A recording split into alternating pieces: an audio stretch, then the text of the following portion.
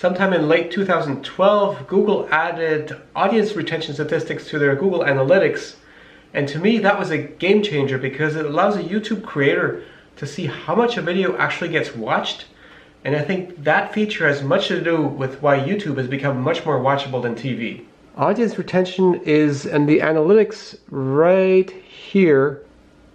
That shows the absolute audience retention of this video as a function of time, and as you can see, it starts off at 100%. Everybody starts the video, and then it drops rather steeply, and then it levels off.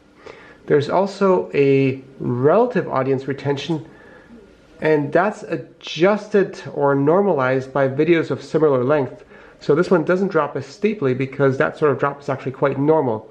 I don't use this graph as much because it's rather smooth, so it doesn't give me as detailed a view as the absolute audience retention.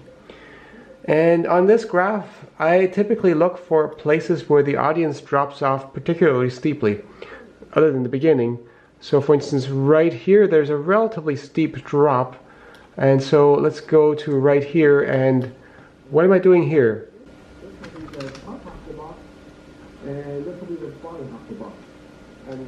And basically that was just a lot of talking. Me talking about things generally tends to not drive the audience as much, or, well, people don't seem to be as interested in it, and what they do is they will typically leave or click forward. There's definitely some clicking forward, because if you look at this here, the audience retention here was 44%, and then it goes to 49%, which tells me that some people just simply skipped forward. The fact that the audience retention goes up here means this was relatively more interesting. Here's another place where it drops off. What was I doing here? So that way I can clean up the shading a little bit better.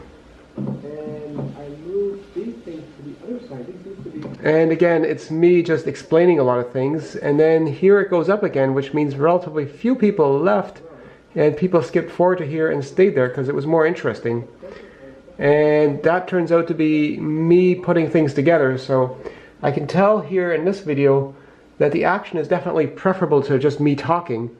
And I've always been aware of this from other videos, and I try to double up the talking with action, or when I do explain something, such as right here, I'm using a visual aid to explain the problem, and the audience retention here shows it's going up a little bit, so that method of explaining things worked fairly well.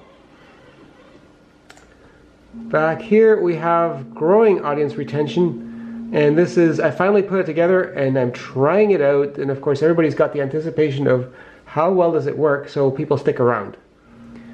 Now this is the audience retention for the last 90 days. What's interesting is this changes over time. So if I look at the first 7 days on here, you'll notice this line is now much higher. Before it was hovering around 50%, and here it's hovering around 68%.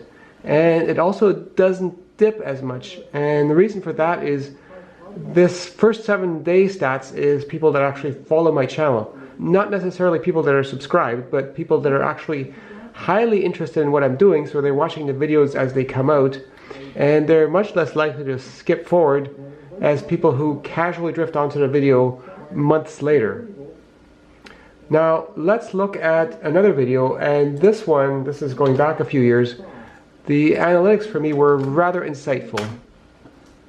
And this video was about my friend Pat Hawley. He made a custom 8-string guitar with fan frets. This is to deal with the fact that the strings are very different notes. The fan fret helps with that. But anyways, here you can see the audience retention is constantly dropping because it's mostly Pat explaining this guitar as opposed to actually building something. There's a few spots here, for instance, where it levels off, so that must have been more interesting.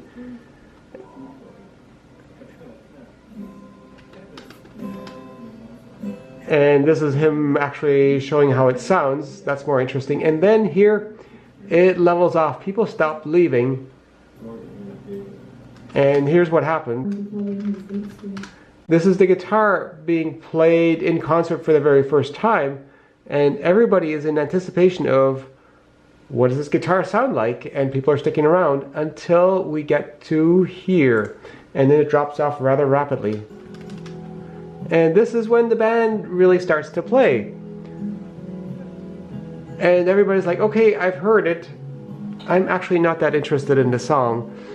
You'd never see this in a live performance, that people would just start filing out of the room once somebody starts playing the guitar. The actual song is not of interest to my audience. Which is not to say that this band was terrible, it's just my audience didn't come to my channel to watch the band. Now there is another conundrum with audience retention. The better your audience retention, the more likely YouTube is to promote your videos.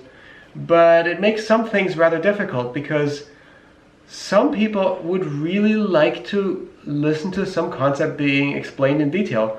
For instance, if it's about a project that you want to build, but 99% of the audience aren't going to build this project, and if I talk in great detail about finessing something for a specific project, they're going to leave, which means YouTube won't promote the video, which means the people that want to build the project are less likely to see it. So this is always a conundrum, trying to explain a concept clearly enough without boring the majority of the audience.